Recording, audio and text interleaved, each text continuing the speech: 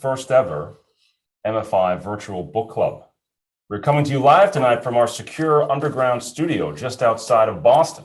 We have half a dozen panelists who we'll be talking with tonight and over 200 of you watching via Zoom.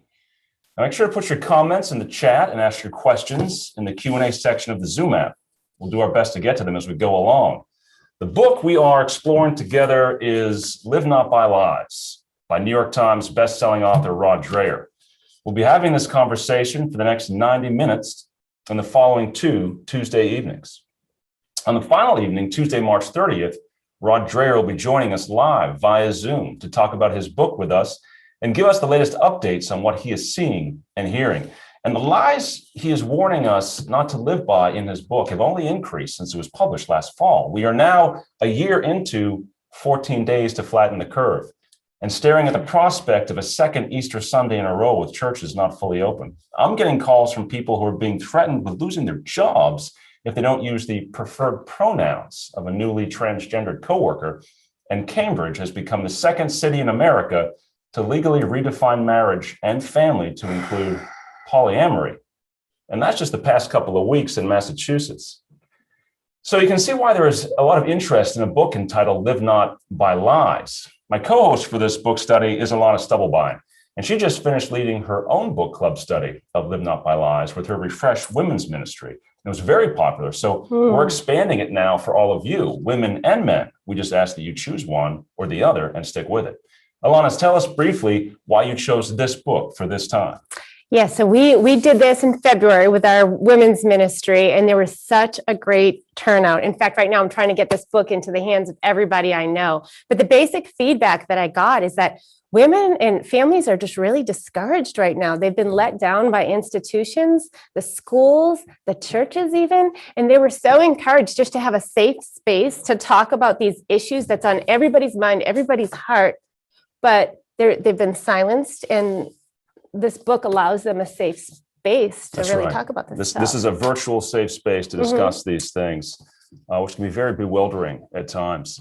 So we're going to explore how we too can commit to living in truth, even if it costs us, and to trying to discern how to resist the coming soft totalitarianism, as Dreher puts it, of our day. Dreher goes on to write that any kind of collective deed that connects the community with its shared sacred and secular history in a living way is an act of resistance to an ethos that says the past doesn't matter. So we're going to start, as Dreher starts in his book, by looking at the past, specifically the experiences of Christian dissidents living under Soviet communist totalitarianism of the last century. Now, 47 years ago, one of those dissidents, a Russian by the name of Alexander Solzhenitsyn, urged those in his country suffering under communism to, quote, live not by lies. That's where we get the title for the book. He compiled a list of what we must not allow ourselves to do in order to avoid the trap of living by lies. But just looking at three of them, I'm not sure most of us could even pull it off right now. For example, could you commit to following, without fear of losing your job or being ostracized at school, these three things? First, to not say, write, affirm, or distribute anything that distorts the truth. To not take part in a meeting in which the discussion is forced and people feel they can't speak the truth out loud. Or can you pledge to walk out of an event as soon as you hear the speaker utter a lie, as Solzhenitsyn puts it, ideological drivel or shameless propaganda? You know, Andrew, it's funny that you said that because my daughter is a senior in high school and she's trying desperately to get into the right college, and she had to ask her high school teachers, and she's a straight A student, but to write a recommendation for her. And they basically said no because they discovered on her YouTube, she has a YouTube channel, she's a conservative, and they said, we just disagree with your policy, so we can't endorse you. Wow. I know your daughter's very outspoken for what she believes in, but that's incredible that they would refuse to do that. Yeah. I personally know faculty and students at local Christian schools who can't avoid these three things we just talked about right now. It's assuredly even worse inside giant corporate offices in Boston, in the public schools, as you say.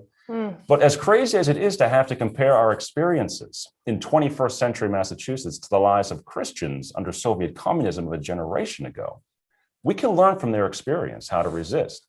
Now, Dreher talks about in his book how he kept encountering immigrants from Soviet countries who grew up in communism that were telling him they're seeing here in the US signs that really concern them because they are reminiscent of what they grew up with in totalitarian countries. That's what sort of spurred him to write this book. Now, we have two women joining us tonight who have been telling me the same thing. So following the same pattern as Dreher's book, I want you all to hear directly from them. We'll start with Alla, who grew up in St. Petersburg, Russia, which was Leningrad at the time that she was a child. Alla, thank you for joining us. Yes, I'm happy to join. Very important book to read. Now, you live here in Massachusetts, but as I said, you grew up in Leningrad and left there in 1989, right before the wall came down. Is that right? That's true. That's correct. When we talked on the phone, I remember you said something that really stuck with me. You said, it's extremely dangerous to teach our children to hate our country. So talk to me a little about that. Unpack that statement, if you recall us discussing that. That is one of the things that I've been noticing for the last, I don't know, maybe 15 years at least, that watching my son, who is now 20 years old, and watching him going through school, what they've been teaching, and noticing how whatever history they introduce to our children in school, it's all about bad thing in the United States. Nothing been taught about history to be proud of. It's always either racism or something that America been involved, and how bad influence of America on other countries. And that, I think, is really brainwash our children and take away their respect and love to our country. That's remind me actually of myself growing in Soviet Union. Not everybody had this experience, but I happened to live in the family that they were very critical and of a regime. And I heard stories of other regime, because growing in Soviet Union, you don't really know too much about what's going on behind the wall. But I remember specifically how depressing it is for a younger person to not to have respect for your country, not to believe in your country, because it's add to depression. And I start to think that that's exactly what's going on right now in our country, with the rise of depression among younger generation. And we all ask ourselves, and our medical profession, they're all asking this question: what's going on? It's almost like epidemic. It's almost like unheard of how many cases of suicide and depression among our children. And I think it's a big portion of it is related to our children not to be happy in our country, right? Especially with the children who grew up in unstable environment. We definitely see that in our study on fatherlessness, which you can access that information on our website with our fatherlessness report that shows very objectively and empirically the detriment to children who don't grow up, in married mother-father homes. Another thing you said when we talked, Alla, is one of your experiences as a high school student having to write a report on the memoirs of Brezhnev, one of the Soviet leaders, that everyone kind of knew was propaganda. It was passed off as a history textbook, but it was pretty much just Soviet propaganda. Is that one of the things that you see sort of recurring, that element recurring here and now in the US? That was a very normal kind of routine for everybody, from the school, from the high school, middle school, and then people who is entering the workforce. It was a way of life. And we were all kind of pretending because we knew what been expected. We knew what we all have to, how we have to behave, because otherwise you would be in trouble. So you just learn to pretend. And in fact, what I see right now, just a very recent experience, and I always laugh about, if anybody wants to have experience or taste of Soviet regime, you don't have to live it in the Soviet regime. You can just see how we behave right now in the pandemic. We've been ordered. So interesting. Yep. Ala, that's so interesting that you say that, because just this week, my daughter was asked to do a paper. She had to take the whole day reading articles from the Washington Post comparing conservatives to ISIS and that they're brainwashing. And Yep. my response, she was complaining about having to do this. And I said, oh, you're almost done. You only have a month left. Just don't say anything, write the paper and be done with it. But after hearing you, and of course, you have the news today that came out about the Washington Post. Right. Talk about propaganda. Yeah. So I'm really convicted on that. And I think that they're discussing. You're already acting like I was acting in Soviet Union, because we already kind of start doing that. And the way we're doing that, first, it's to protect our children, because we know if we don't encourage them because I did the same thing, not always with my son, because I was still protesting some here and there. But it's still, you're doing that to protect your children, because if they will not act certain way, if they would not write certain papers, then teachers definitely would not give them a good grade. So that's, here you are. And that was what was so gripping to me in reading this book and going through it. I highlighted 3 of them, but there's more of these things that Solzhenitsyn says we must not do if we're going to avoid living by lies, and sort of reading those in the current context of what I know is happening in our schools, and seeing that we're kind of already there, which is hard to fathom. We absolutely there. And this COVID just shows us how majority of us, we're willing to do what we maybe not really believe into. And walking on the streets, wearing this mask, 10 feet away, 20 feet away or just outside, nobody there. You see people wearing masks because we've been told.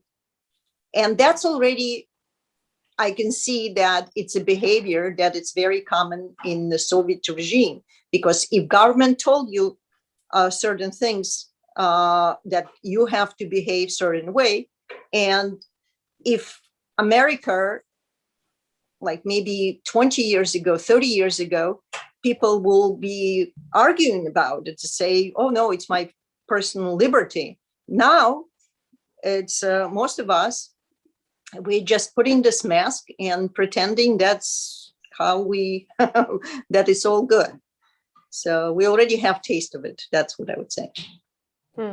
Yeah, I mean, I was in an office building today, and just in the lobby with the elevators, I've got the mask on because that's what you're supposed to do. But I can smell these sort of lingering effects of someone's marijuana usage, which is a whole other issue we probably won't get into tonight. But the fact is, if I'm smelling that through my mask, to what extent is that really keeping anybody safe? But we all have to do it. And you said something again that struck me, is that the propaganda that you're seeing in the U.S. right now, whether it's stuff in the Washington Post or otherwise, is even more obvious than what you saw in the Soviet Union. So the Washington Post is worse than Pravda to some extent. No, it's not like that. The Soviet Union had a long history, and we had different stages in Soviet Union. What was a little softer period, it's when I was in Soviet Union and I left in 1989. I would call that during Gorbachev and even Brezhnev, it's softer period. But in the beginning of, right after revolution, it was really more defined kind of propaganda, and it was more aggressive And that's actually, I would say, it reminds me of what's going on right now in the United States, because media stop pretending that they have that they objected. Media is right now, it's totally matching the best of propaganda in the Soviet Union. So I would say we're already there. And in this book, I'm using this term, soft tyranny. It's a perfect like name for what's going on right now. Well, thank you, Alla, for warning people and keep speaking out on this, because you challenged me tomorrow, game on. So please keep speaking out about this, because you have a special power having this experience. Yeah, and I guess the counter to that Dreher talks about, instead of resisting the lies, there's this concept of ketman, I think it's pronounced in the book, ketman, which is a Persian term, I think, that Christians used under Islamic rule. They kind of pretended to be outwardly good Muslims for the sake of their careers and their families and avoid persecution. Mm-hmm. And by doing that consistently, they eventually kind of internalized it. And that's something I think we need to be concerned about now with our kids, and telling them, when to take chances and how to discern, how to get through a situation like that. Well, you get beat down. Yeah. I mean, I'm always on the front lines, but now it's the end of the year. I'm tired. I'm just whatever. Just want to get through and graduate. Yeah. Cooperate and graduate. You get beat down. One last point, Alla, that I want to just have you mention, because again, when we talked, you mentioned that when you left in 1989, it was right before the wall came down. And even at that time, at that late date, you had no idea that within just a couple of years, the whole Soviet system would collapse. So to me, that's kind of a sign of hope. And it's actually very interesting that in the book, the writer mentioned that not just in Soviet Union, but some other Eastern blocs, like Eastern countries, they did not see that collapse. But when you actually asked me when we were speaking on the phone before, you thought that I did kind of like saw that it's coming. And in fact, I mentioned that all the people that were on the plane with me, and it was probably 200 people were living at the same time from St. Petersburg. If you would ask anybody in that group that we predicted or we sensed that it will collapse so easily and almost overnight, how it felt, at least that it was very easily. We would never believe that, because we were living for the rest of our life. And we thought that there is no way it will collapse, because it was such a like iron fist. You feel this, that you are suffocated everywhere. And there is no hope. That's why most of us, we left without any hope that it will ever change.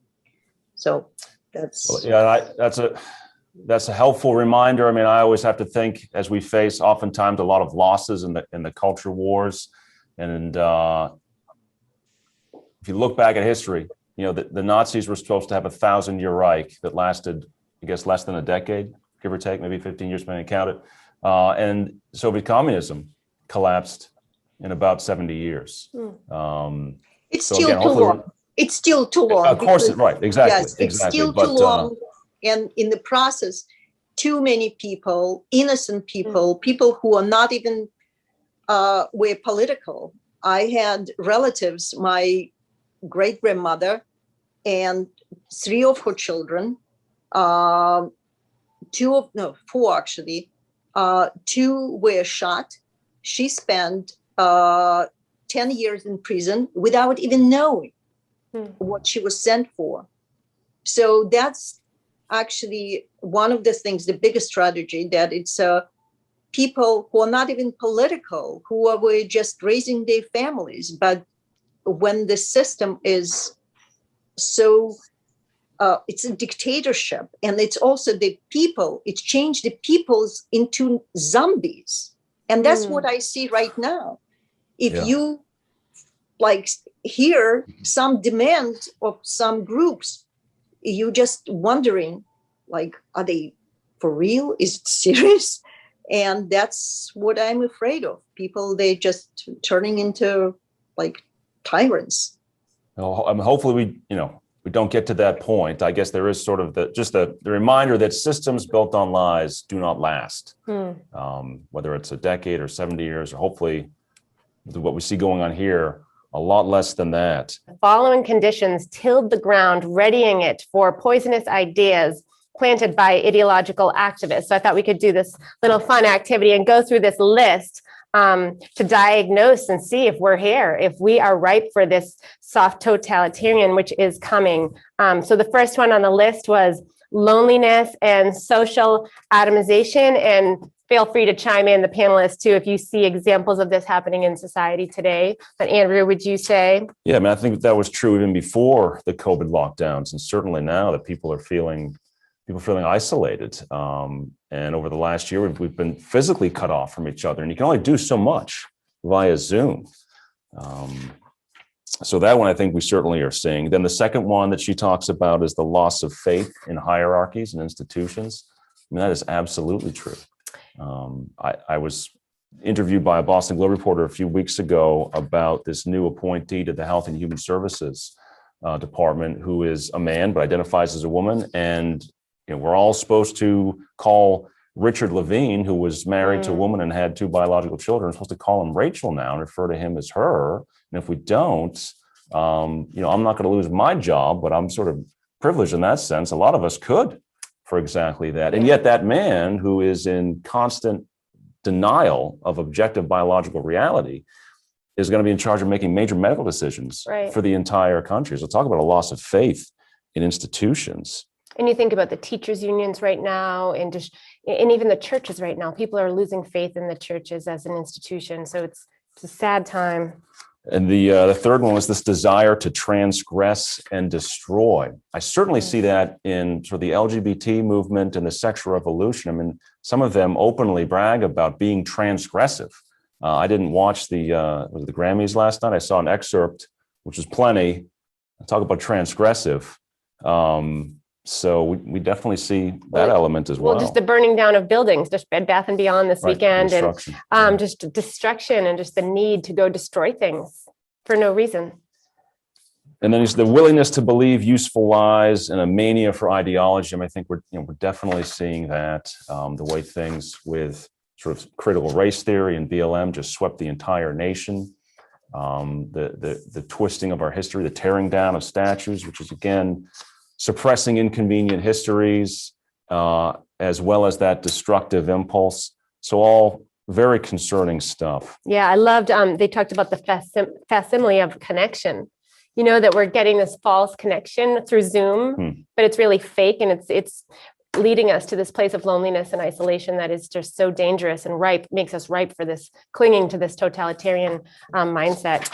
And paired with that mindset is this idea of progressivism, really more as a religion than an ideology. Dreher talks about how that shares some parallels with actual religions. And on page 48 of the book, I'll just read this one paragraph, and then I'm going to ask a couple guests to weigh in on this with us.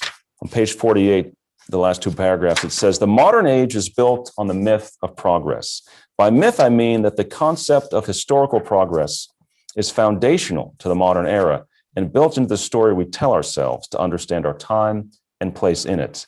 Believers in the myth of progress hold that the present is better than the past and that the future will inevitably be better than the present. This myth is a powerful tool in the hands of would-be totalitarians. It provides a transcendent source of legitimacy for their actions and frames opposition as backward and ignorant." I've certainly heard that before.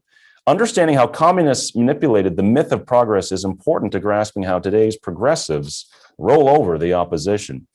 I'd like to join with us now Dr. Bill Barker, who is professor of Old Testament and head of the Global Honors Institute at Gordon College.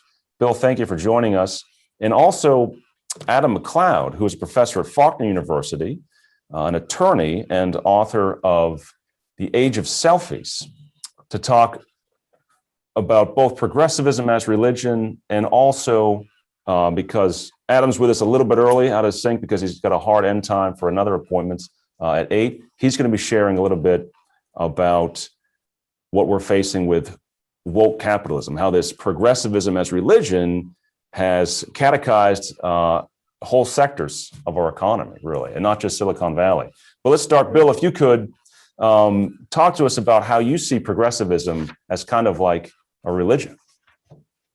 Yeah, certainly. Thank you all for having me here this evening. It's a pleasure, Andrew, and appreciate the MFI and all the teams work so greatly. So thank you for that. Having said that, yeah, it's stunning to me the ways in which progressivism truly is a religion in so many ways. And Dreher does a good job of giving an overview. I'd like to draw that out a little bit further and speak to the ways in which he articulates broadly that progressivism is a religion, and then how he cites certain beliefs which I would equate with actual religious doctrines. And the first thing that I would posit with you all is that regardless of the religion, and especially if you go back to the ancient world, whether we're talking about the religion of the pyramids in ancient Egypt, or moving eastward to Mesopotamia, or into the Indus Valley in Hinduism, or into the Yangtze River in China, and all these ancient civilizations and their religions, clear up through the 5 great religions, world religions today, and certainly the myth of progress. There are 3 things that are always constant in a religion, and it's part of how you know that something is a religion. They are all foundational, they are all liturgical, and they are all aspirational. And so just again, foundational, liturgical, aspirational. And to unpack that, what I mean is that foundationally, religions give people a perspective on the world. Some people call it worldview. It is the driver behind particular cultures. It is the core values that a people espouse, and it is the doctrinal beliefs that guide them and give purpose, meaning to life, direction on decision making. So in many ways, religions are foundational. In addition to that, they are liturgical. That is to say, there are certain rites and rituals and celebrations, whatever their frequency, right? Whether it's daily or weekly or annually, there are certain things that people do to emphasize, to celebrate, to proclaim their religious convictions. And finally, it's aspirational. That is that there is a hope and a yearning and a longing that something will work out well or for the best in some way, that things will be all right. And religions tend to have those 3 values. Now, speaking as a Christian, of course, I would say that Christianity goes beyond that to be historical, not just historic, but historical, confessional, relational, and transformational. But that's sort of moving into other categories of the Christian religion. I think what Dreher has done really well is to say, look, this myth of progress, this idea of progressivism, it has its own doctrinal beliefs, and we need to call them out as such, as guiding viewpoints for what's going on in the culture around us. That there are liturgical practices which we might think actually of as political tactics, but for like making that BLM poster, I mean, that almost has a sense of liturgy about it. Absolutely right, and it's sort of a call to worship, if you will, for young people to begin to say, come follow this tradition, right? It's an invitation. It's evangelistic in nature in many ways. It's indoctrinating. Absolutely right. So there are these liturgical practices, and then finally there's something aspirational. Of course, Dreher does a great job of unpacking that there is hope for example, one of the first doctrines he mentions is sort of the progressivism religion's idea of the doctrine of suffering. And in the Progressives view, on page 54, Dreher outlines this. And on page 54, one of the things he talks about is this progressivism idea and the myth of progress to end suffering now, that it's our responsibility to diminish and bring about an end to human suffering. Of course, Christianity, the response is, well, we don't actually end human suffering. God, in fact, often uses human suffering for the good of those that are following him, called according to his purpose, right? And beyond that, only in the fullness of God's presence will human suffering be alleviated. So what's the Christian solution to suffering? It's cultivating the presence of God to understand and hope for the future. But the aspirational hope of progressivism on suffering is, let's end suffering and diminish suffering now. And in so attempting to do that with a human-centeredness, there's often a complication that arises. It's like a surgeon attempting to remove a tumor, and in being so focused on removing the tumor, much more damage is actually done to the body than if the tumor would have been left alone. Right, they end up causing so much suffering. I mean, sort of untold, unimaginable suffering, historic suffering, by pursuing this progressive ideal, which is unattainable because, again, it's founded on lies. Now, one of the myths that I sort of, recalled early on in my time working in public policy is the idea that there is a neutral marketplace, or a myth of religious neutrality, right? That the public square is supposed to be kind of washed clean from any religion. It's just a neutral public square. But of course, that's impossible. I see that as a myth of neutrality, because people who say we shouldn't be imposing our values on someone else, well, someone's values are being imposed on all of us when it comes to legislation or public policy, for example. It's just a question of whose values. So there is no neutrality in that sense. Now, historically, sort of big business, to bring in Adam here, and technology have been largely agnostic or maybe atheistic when it comes to what religion, whether it's progressivism or traditionalism that they follow. They maybe even were seen historically as somewhat conservative, but now that is not the case. Adam, talk to us what you're seeing kind of in whether it's Silicon Valley or elsewhere, how this religion of progressivism is being pushed aggressively by woke capitalists and big tech, and what it means for us.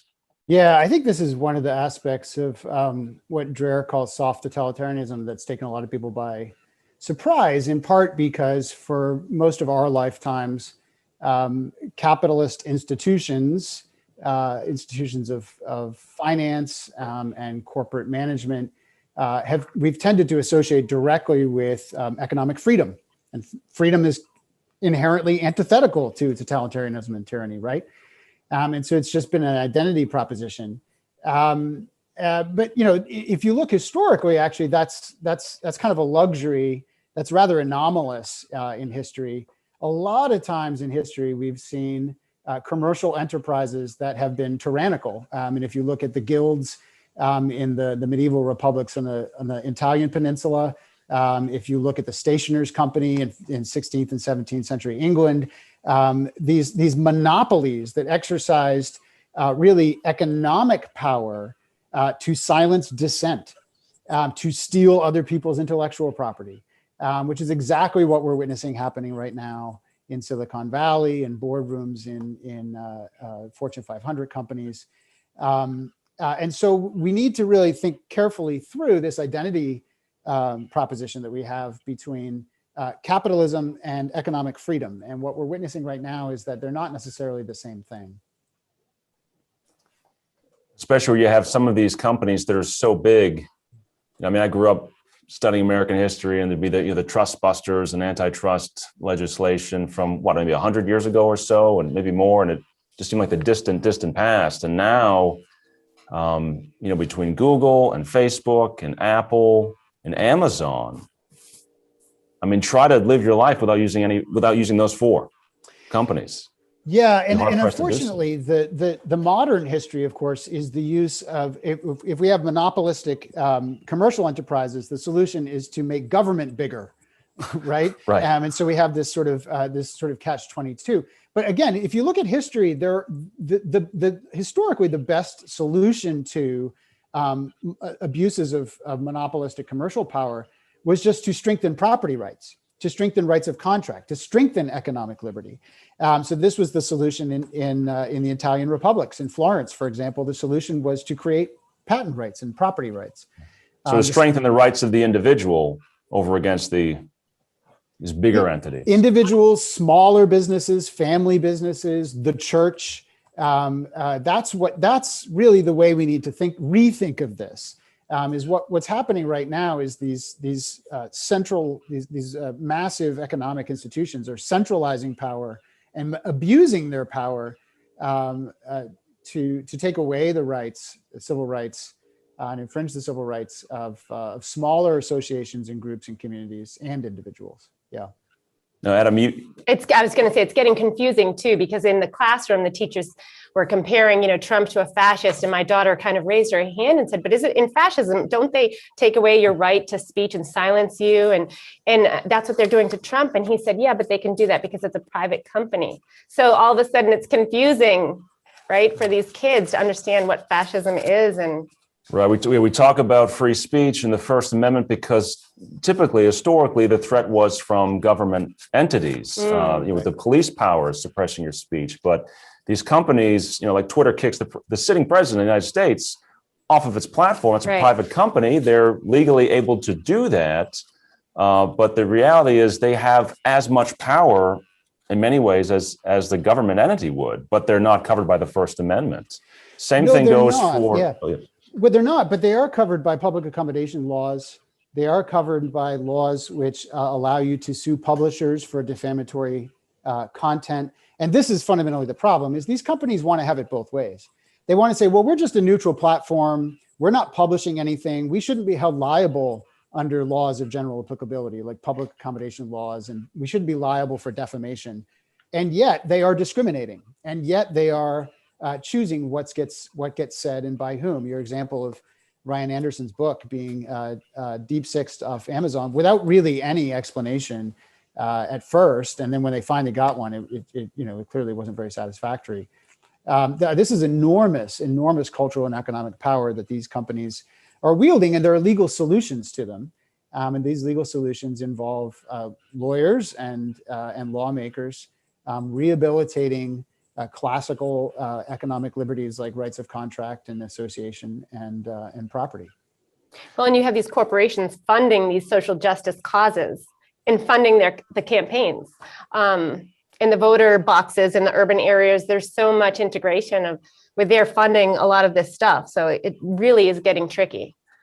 Right, enormous amounts of money. And as Adam said, there are still laws on the books the individual can use to sort of fight back against whether it's deplatforming or things like that. Because, it's a good idea. That's a good concept. There are public accommodations, and it's public accommodations laws in Massachusetts that were updated with gender identity as a protected class that is now allowing men to force their ways into locker rooms and bathrooms and women's beauty spas. So what's good for the goose is good for the gander, to stretch a metaphor a little bit. However, in order to make use of those laws, individuals have to be willing to file a lawsuit. That's a public document. And so now they risk the same social ostracization or perhaps even getting fired. There's an enormous cost, at least in the short term, even if they ultimately win their lawsuit. So no matter how you look at it, it's going to call on having people of really great courage, even to make use of the laws that are still on the books. I encounter that when people will call me and they'll have a situation where they could win a lawsuit. It might take a long time, but they're unwilling to pay that price of publicly standing up to these companies and, again, the progressivist religion, essentially, that is being forced on them because they'll be viewed as heretics and cast out as such. Yeah, we need plaintiffs who are willing to be named. We need state attorneys general who are willing to file these things. We need plaintiffs' lawyers who are willing to step up. The other side isn't shy, and they weren't shy in the 80s and 90s when they were forcing this agenda through the courts in its infancy. There's a sense in which we could learn from their success.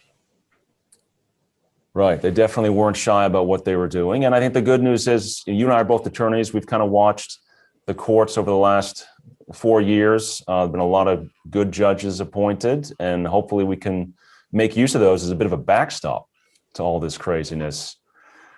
That's not going to help us much in the First Circuit. There are no Trump appointees here in New England in the federal courts, but hopefully the Supreme Court will hand down some decisions that will give us some breathing room as all these crazy things keep getting rammed through. That's why I like Dreher's solution to this, is to start on the micro level in the families. You start little resistance circles and then it will spread. So that's our hope.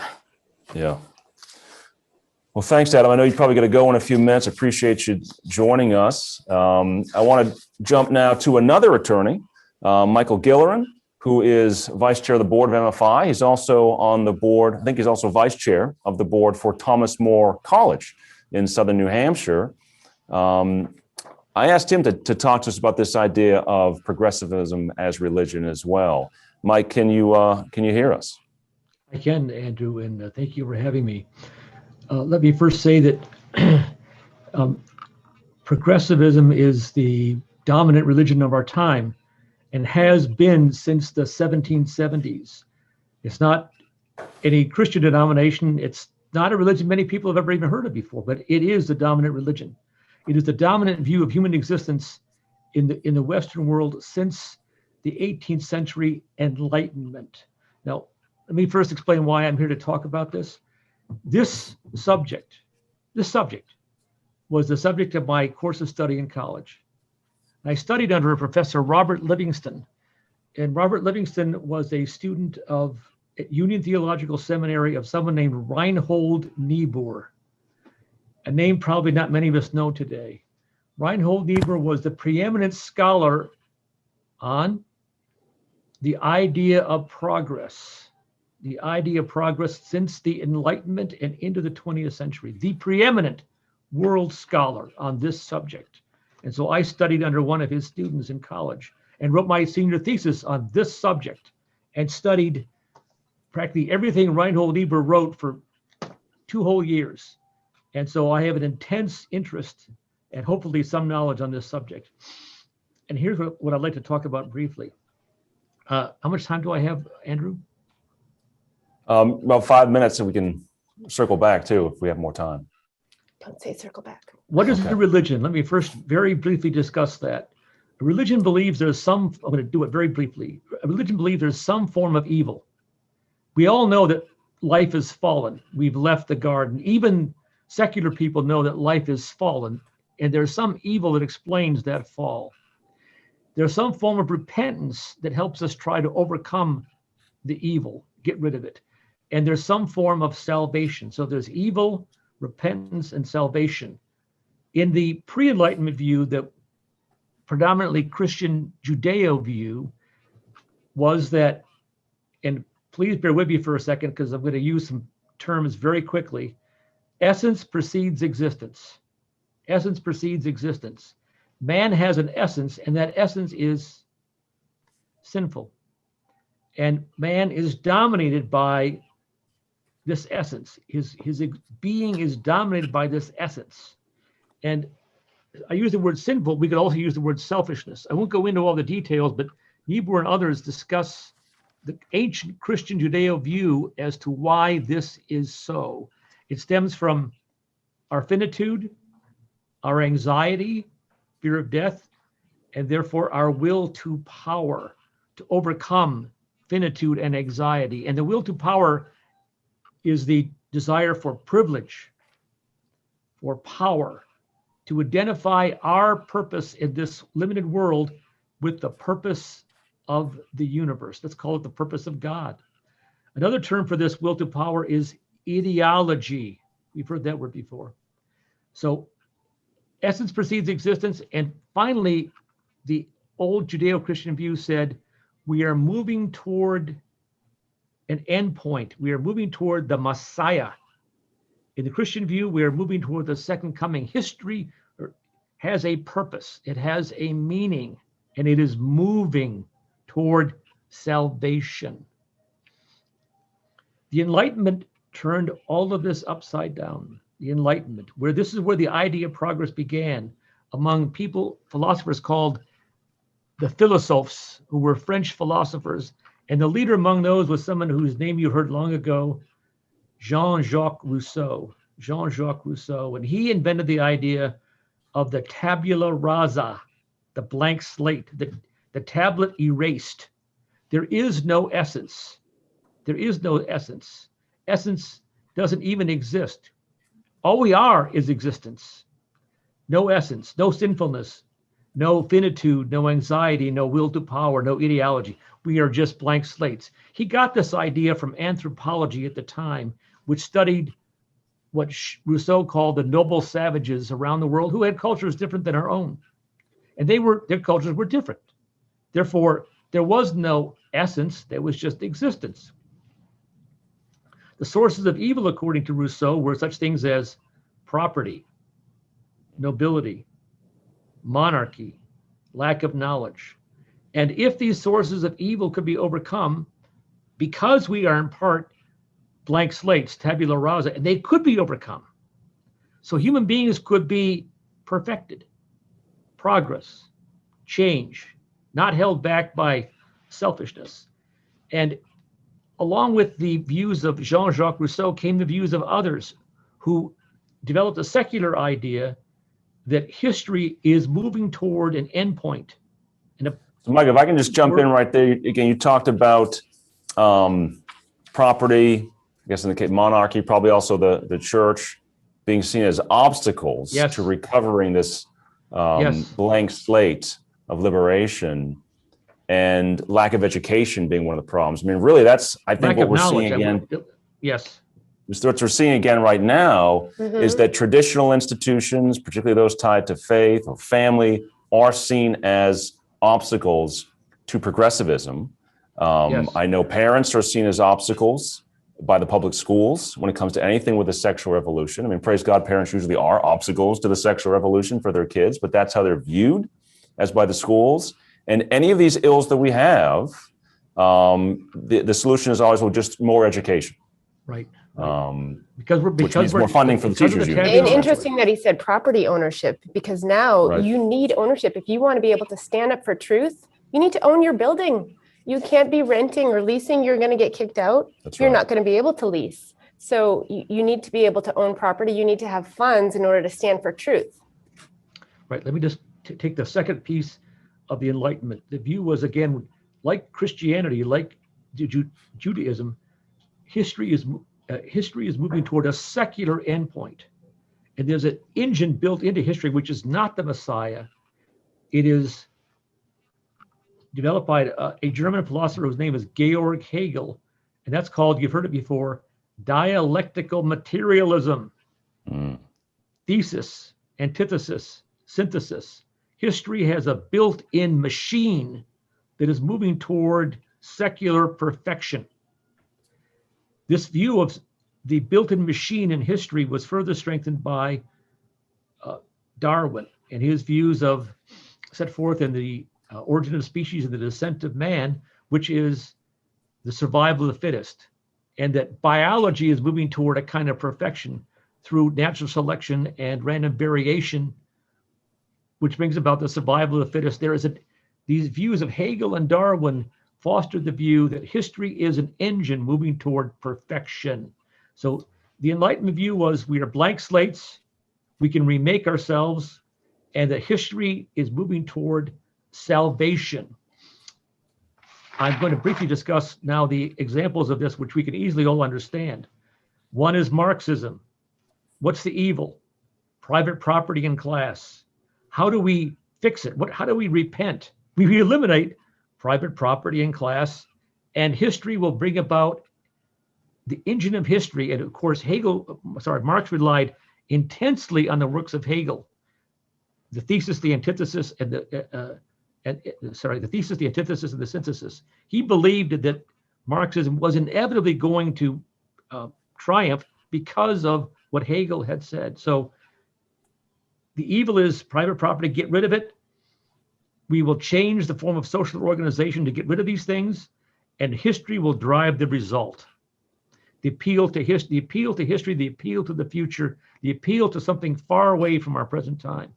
That's Marxism. Socialism is very close to that.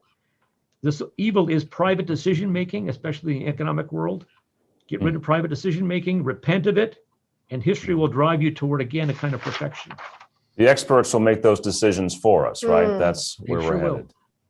And I'm going to just briefly discuss two others in our own time, which are right out of the idea of progress.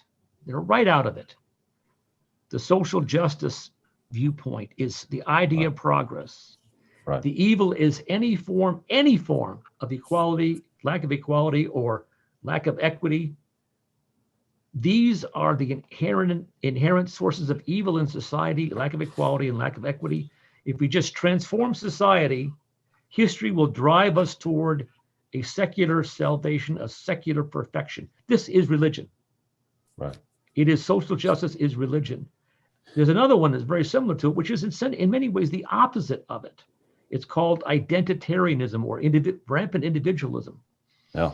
The evil is any restriction on individual, and progressives will use this term, sexual agency. Any limitation on individual sexual agency is evil. And we're even seeing that, Mike, we're even seeing that now in the schools, talk of sexual agency for children. I mean, I encountered that in law school, and that's now, sort of being mainstream now. If we have unlimited power of sexual agency, we will overcome this evil. And again, history will drive us toward, the dialectic will drive us toward a perfection. So social justice and identitarianism are both from the idea of progress, but they're also quite opposite. Lastly, let me make this point, and which is that we've been using the phrase soft totalitarianism. Dear friends, I heard that word 10,000 times when I was in college by reading the books of Reinhold Niebuhr.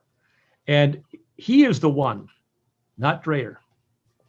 He is the one who developed that phrase, soft totalitarianism. And I'm just going to read a couple of sentences from his book, The Children of Light and the Children of Darkness. I recommend these books to anyone who wants to read them today. I'm looking at a book I first read 40 years ago. And he says, he says, the central thesis of my book has not been refuted, which is that a free society prospers best in a cultural, religious, and moral atmosphere which encourages neither a too pessimistic nor a too optimistic view of human nature. Both moral sentimentality in politics and moral pessimism encourage totalitarian regimes. The one because it encourages the opinion that it is not necessary to check the power of the government. That's soft totalitarianism right there. And the second, because it believes that only absolute political authority can restrain anarchy created by conflicting and competitive interests. That is hard utopianism. Power. Well, thank you for that powerful analysis, Mike. You mentioned a whole bunch of stuff. One thing I just wanted to key in is you mentioned the terms equality and equity. I think a lot of us are learning, maybe the hard way, that those are not the same things. When people talk about equity, they don't mean sort of equal opportunity, which is the traditional equality we think of. They mean equality of outcomes or equal outcomes. And the only way that can be achieved is through sort of state mandating it and forcing that, and which looks very much like some form of totalitarianism. You also talked about social justice as being sort of a religious movement, or this is sort of the salvific urge in progressivism towards social justice. And I wanted to bring Dr. Bill Barker back in to talk about how do we as Christians wrestle with this idea of social justice and look at it from a Christian perspective, because obviously, we want justice. We worship a God who is a God of justice. So when we hear that term thrown at us, or we're seeing things that don't look right, what do we make of that? What do we tell our kids to make of that when they're being told about social justice in the schools? Yeah, no, that's a great question. And unfortunately, as Dreher, I think, does a good job in pointing out, the actual terminology of social justice was originally a Christian idea, but that has been twisted and distorted and wrenched from its Christian context. And given this new secular definition, as Mike has pointed out, we say it's new, but actually indeed has roots all the way back to the 18th century with Rousseau and many others along the way. And so when we think about the social justice movement, what they're really crying out for is equality of outcome, as you say. And Dreher points out on page 55 that this is actually one of what you would consider the religious doctrines. As I said, really beginning on page 54 and following, Dreher outlines 5 different beliefs that are the religious doctrines of this religion of progress. And then he does so again, 6 additional ones beginning on page 60. And so just to reference really quickly on page 55, they talk about Marxists wanting to bring about themselves a more just world that promises relief and bounty. But the thing that is being missed there is that you cannot have justice apart from righteousness. And the tie into a lack of righteousness and a lack of justice in the social justice myth, really fast forward to page 61 when Dreher touches on it again, that identity politics and social justice, we can certainly add, sorts oppressed from oppressors, right? All by identity groups. Well, the reality is, according to Christian doctrine, we are all both oppressed and oppressors at some level because we are all sinners. That is precisely why we are in need of not only a savior, but a healer and a unifier in the person and work of Christ. And so you really cannot have justice, biblically speaking, apart from righteousness. You can't have righteousness apart from the fullness of the presence of God. And as a result, by extension, when you talk about the world of policy and legislation in which we live, and which I know is a world in which you inhabit, then we start to think about, okay, what really is just for the innocent who are unborn? What is just in terms of our sexuality and how that is. Well, that's a great point, Bill, just about the unborn and justice. I mean, I remember encountering some of the BLM propaganda that was, promoting access to abortion for persons of color. And I just thought, look, if we're going to talk about systemic racism or justice, how about we start with the fact that in Massachusetts alone, 4 times as many Black babies are aborted, or they're aborted at the rate 4 times the rate of white babies. And you never hear that from these organizations that are supposedly pushing justice for people of different races. So it's kind of hard to take them seriously when they don't even start at the starting point of life. That's exactly right. And that's why, at the end of the day, this really is religiously governed by progressivism. So the progressivists would say, well, we want to diminish the suffering of that child or of that mother. And so why not abort? But in so doing, they're actually promoting injustice. They're defrauding the rights of the unborn as innocents, as those in need of our protection. And this is why I say ultimately, when we think about the distinction between social justice and biblical justice, social justice is an exercise in society's desire for self-actualization, which is very individualized and occasionally can be characterized by groupthink, only the sense of sort of wherever the social media mob or groupthink or tendencies take us, but is very individualized in reality. And it sort of coalesces in our social media world. But social justice is about self-actualization, whereas biblical justice is about right relationships with God leading to right relationships with other people. And those are stark contrasts there. Well, I think he brings up a good point, because so many people were discouraged during this election, and because their pastors were not getting into talking about politics, and politics has become such a dirty word within the church. But and some of them were jumping on these social justice issues. But I think we need to change the language. Instead of calling it politics, we should be saying this is the false doctrine of progressivism. Why aren't you addressing this to religion? So much of what is dismissed as politics are deep and profound moral issues and should be confronted as such. Absolutely, and in terms of how churches think and talk about politics, I joke that politics comes from the Greek poly, meaning many, and tic, meaning blood-sucking animal, which isn't true. It actually comes from the idea of polis and the governance of the city-state, right, extended to human relations and governance. But I only say it to say this: Jesus is either Lord of everything or he's Lord of nothing in our lives. And if he is Lord of everything, that certainly includes our politics and our views on sexuality and our views on human life and our views on race. And if anybody should be articulating a full view of justice and good, race relations and racial reconciliation and love for one another, shouldn't it be the Christian churches? Shouldn't we be leading the charge instead of simply being reactionary in so many ways?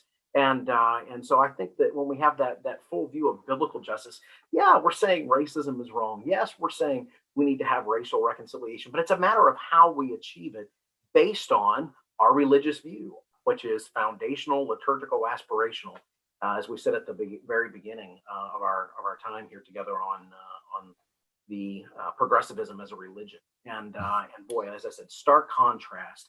But I think we mentioned this because we really want the listeners here for MFI to be both equipped and encouraged, equipped to have a really good, faithful analysis of what's going on in the world, help equip them in terms of a response, but also encourage that you're not alone. And that there are really sound biblical and family-centered solutions to that are a response to these secular narratives.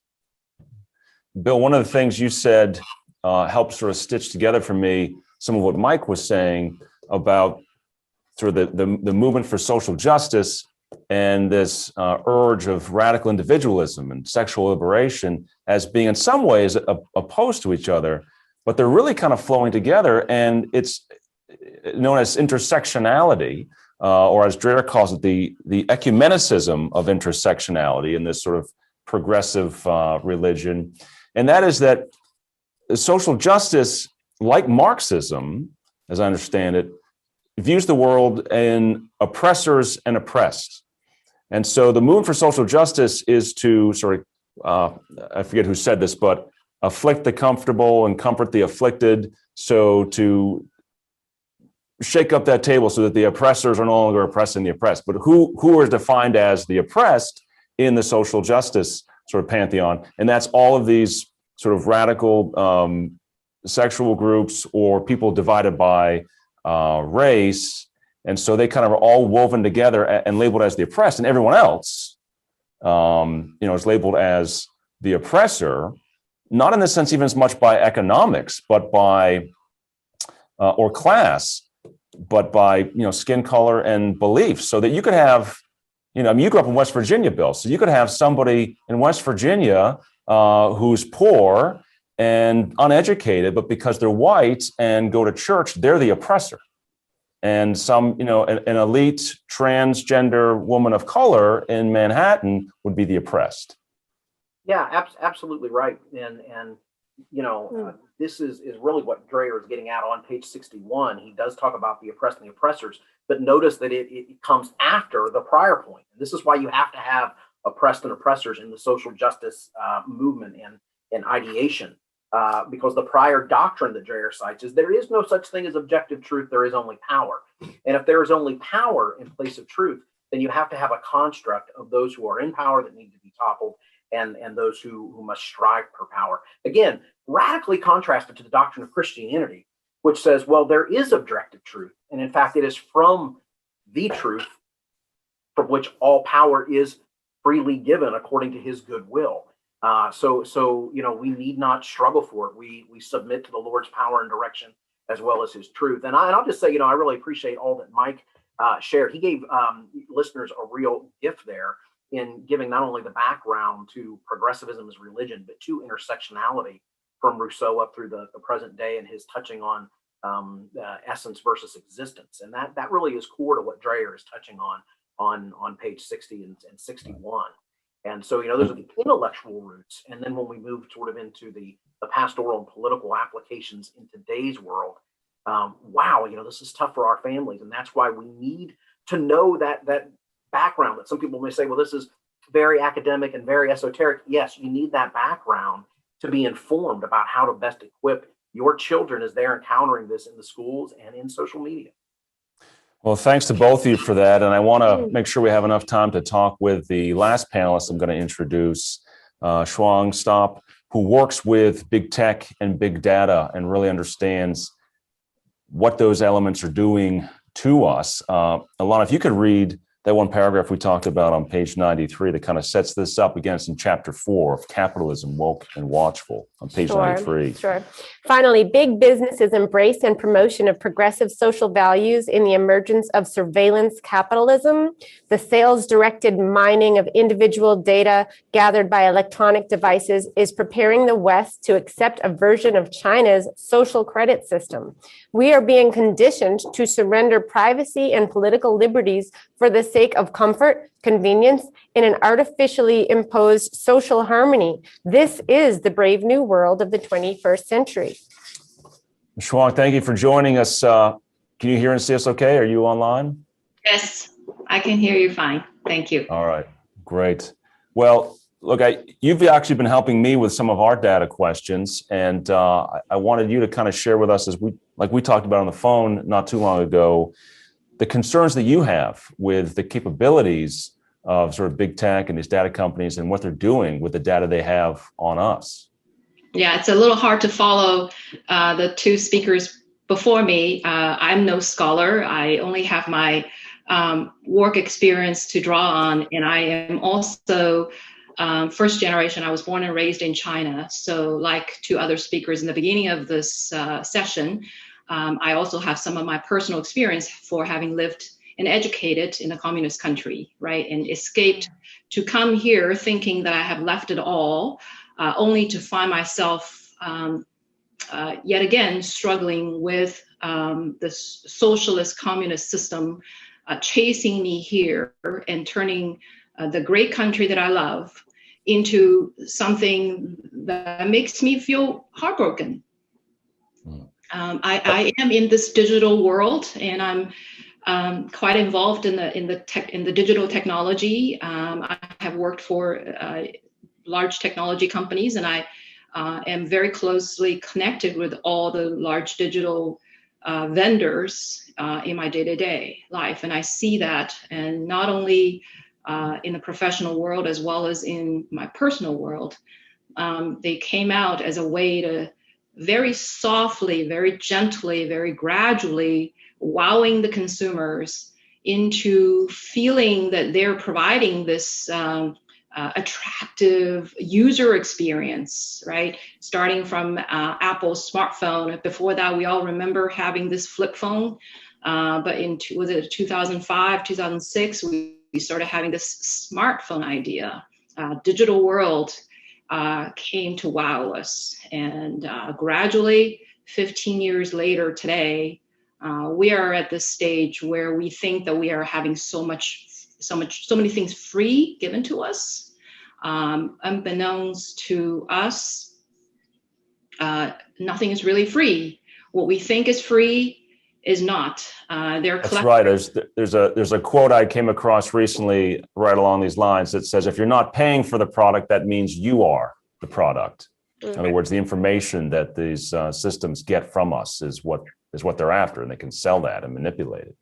Year after year, they have been quietly collecting our data, our behavior, every click that we make, every page that we visit has been collected on us, right, and sold to other vendors in order to advertise to us. Have you noticed you visit a website and then next thing you go to another site, or you go log into your email and it comes up on the side panel, are you interested in this and that? You know, hey, how did they do that?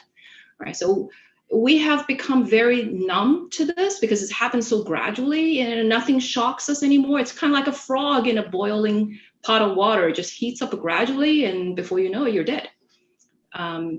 This is the world we're living in today. And in this world, in this role that I'm in, the profession that I'm in, we're very much using this to try and market to our customers, using exactly this technology. You know, we're not doing it maliciously. We're really trying to provide a service and a convenience. But how do we do it? Just by gathering data on people, on their behavior.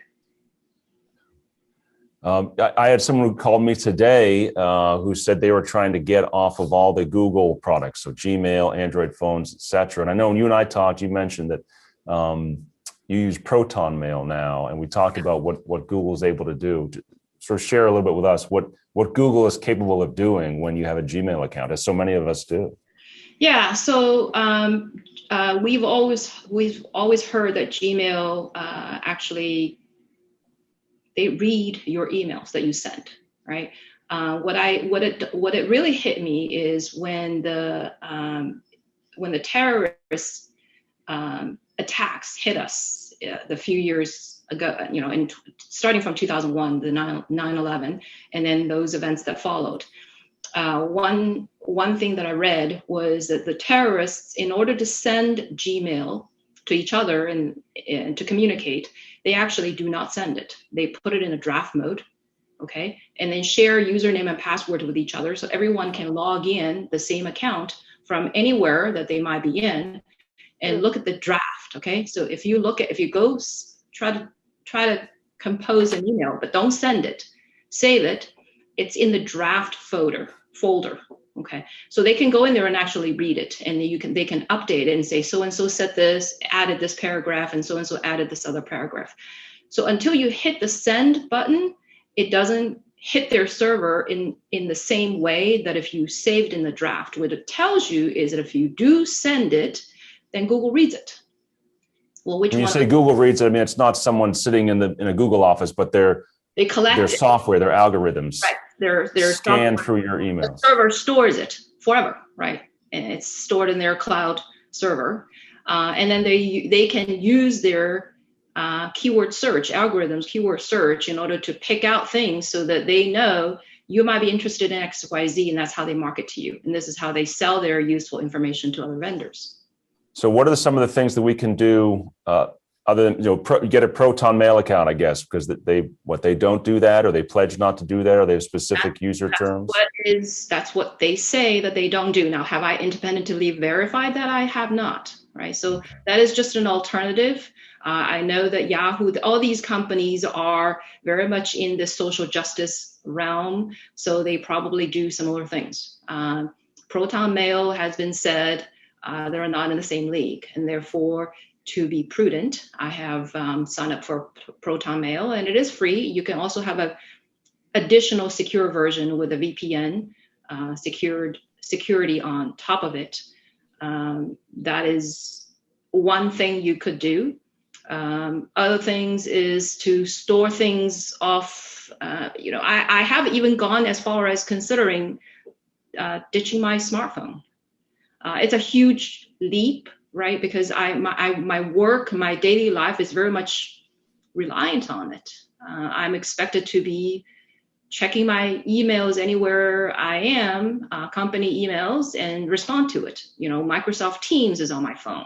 When my colleagues ping me, when my boss pings me, I'm supposed to be there. I'm supposed to be available, answer questions, and that's the speed of business today, right? It's instant, it's immediate response, it's 24/7, it's never stopping. So what search engine do you use? Before I was told that DuckDuckGo was a better search engine, but I have found out that it's not really so. It's just another offshoot of Google. Wow. Well, I heard, speaking of search engines, because that's obviously a big question, Brandon Ike, who used to work for Mozilla, and then I think he's one of the founders, he was essentially fired a few years ago because it was discovered that he had given $1,000 to Proposition 8, which was the pro-traditional marriage amendment in California back in 2008. So he was let go because of that, right? It's unacceptable to these woke corporations. So he founded a new browser called Brave, which I've used. It works pretty well, but I think I understand he's coming up with a new search engine that is supposed to not be weighted with these politically motivated algorithms that, if you search for something in Google, the answer you get is influenced by the social ideologies that Google has as a company. And so the last thing I wanted you to share, because as we get close to running out of time, is you mentioned something called Second Vote as a way of seeing what companies stand where when it comes to these social issues, so that we can direct our money towards those that share the same values we have.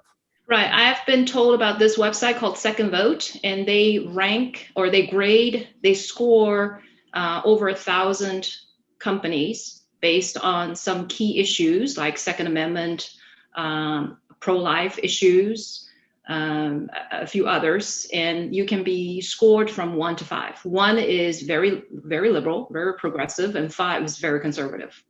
And so it's 2 point something is probably 2.5 is in the middle. So I have since signed up for this website, and it's on my phone. And also, by the way, I have downloaded Brave. I've heard of that.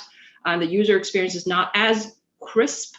Second Vote is likewise. I have found very few companies, very few vendors who are what I would like to do business. But I have made the decision that I will spend my hard-earned money with companies, with retailers who are more aligned with me. I just simply do not feel right to give my my hard-earned dollars to vendors like Amazon so that they can then turn around and attack me and attack the principles that I hold dear, that I ran away from, and apply the pressure and apply the totalitarianism that I ran away from. And I saw that I left in China. So even if I have to pay a little more with some vendors, whether it's overstock, yeah, Wayfair has better, nicer looking products a little cheaper than overstock. But I have made the decision to go through a little more trouble, to pay a little more, and maybe not get things as stylish. But we all have to start from somewhere. If we say we believe our principles are important, then we need to pay a price and be willing. Amazon started off from a small, tiny book vendor that was losing money every year, if you remember this, okay? I do, and now they're banning books. Yeah, people thought that they would never make it, right? Because they were losing millions and millions every year, and yet they did it. Look at their, so we have to do the same. Yes, we're way late, okay? We're 10, 15 years late, but we've got to start from somewhere. I think it's so encouraging to share what you're doing or to hear what other people are doing, because then it spurs others on to take some sort of action too. And this book really encourages you just to take little actions. So that's really encouraging. I'm going to have to think about my Amazon account now. I know. Well, that's a hard one to give up. It is. But especially we may if need it's to. so convenient, right? So extreme. They've made it so slick. And we need to be prepared to exist without Amazon, not just because perhaps we should be boycotting Amazon, but I think there will come a time when Amazon may boycott us. Right. In other words, they may not want to sell to people who don't hold the right views or don't participate in the right sort of progressivist. Yes, so we on our website, we started, because whenever we do books at our retreats and such, we do books that were written maybe 100 years ago, or they're really not politically correct. A lot of them you cannot get on Amazon. So it's kind of like you need to set up your own little bookstores to get these hard to find books. Well, speaking of resources that are important, just before we sign off here, and again, thank you, Chuang, for joining us, and to all of our panelists for your time this evening. I want to be conscious of everyone else's time as we're up against 8:32 now by my clock. And I've got two little girls at home that I want to kiss goodnight before they go to bed. So if you go to our website, you may not have time to read this entire book, although I recommend it if you can still get it. But on our website, we have the Parent Resource Guide, which covers the transgender issue from a perspective of actual science and biology and anatomy. It's very accessible, and it's a great resource for parents. You can find that on our website. The link should be in the chat, or just go to resources at mafamily.org. There's also the Engage book, which I wrote. It's not banned by Amazon yet, although they do print some of these copies for us in one of their affiliates. And that is, I think, a great resource for going through all these issues of sex, sex education in the schools, transgenderism, life from conception, natural death, and religious liberty, and what those issues are doing here in Massachusetts. That's available on our website. And finally, I encourage you to join us again next week. This evening's discussion was like the first half of the book, more diagnostic, or as one of my colleagues put it, it made me angry and depressed. But that's the seeing and judging part of Father Kolakovic's three-part strategy, which is discussed early on in the book. The third part, see, judge, and act. Next week, we'll be focusing on the more proactive or positive things we can do. We'll be discussing chapters 5 through 8 on topics like how to cultivate cultural memory, religion as the bedrock of resistance, and my personal favorite, families as resistance cells. And it's not too late to invite a couple of friends or family members to join us for next week. Just send people to mafamily.org/join-the-club.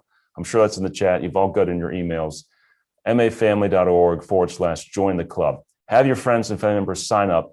We will also be sending out a recording of tonight's talk. Hopefully within the next 24 hours, it'll be up on YouTube, again, unless they pull it down. We'll have a backup for that. So anyone who wants can get caught up and jump in by watching the recording and go forward. So may God bless you and preserve you and your family this week. And we'll see you again on Tuesday night.